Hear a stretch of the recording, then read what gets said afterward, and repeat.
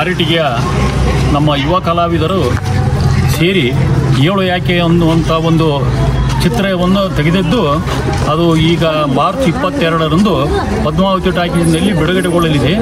ಕಾರಣ ಈ ಎಲ್ಲರೂ ನಮ್ಮ ಉತ್ತರ ಕರ್ನಾಟಕ ಭಾಗದ ಈ ಚಿಕ್ಕ ಕಲಾವಿದರನ್ನು ಒಂದು ಪ್ರೋತ್ಸಾಹಿಸಿ ಬೆಳೆಸಬೇಕೆಂದು ನಾವು ಎಲ್ಲರ ಪರವಾಗಿ ಮತ್ತು ಈ ತಂಡದ ಪರವಾಗಿ ವಿನಂತಿಸಿಕೊಳ್ಳುತ್ತಿದ್ದೇನೆ.